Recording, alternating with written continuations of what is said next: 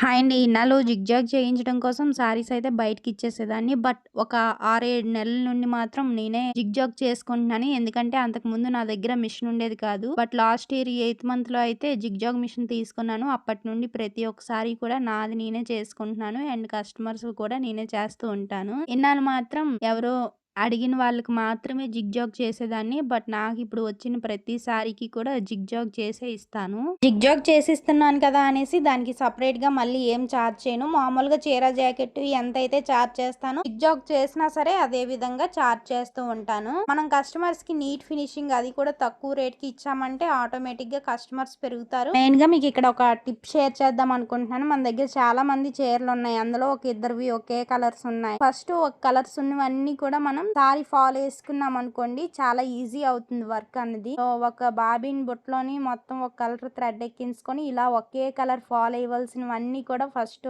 ఏసుకున్నామంటే చాలా సింపుల్ గా థ్రెడ్ పదే పదే మార్చుకున్నా చాలా ఈజీగా అయితే అయిపోతుంది. వీడియో నచ్చితే ఒక లైక్ చేయండి. అలాగే మరిన్ని ఇలాంటి వీడియోస్ కోసం మన ఛానల్ ని సబ్స్క్రైబ్ చేసి ఫాలో అవ్వండి. Thank you for watching. By by.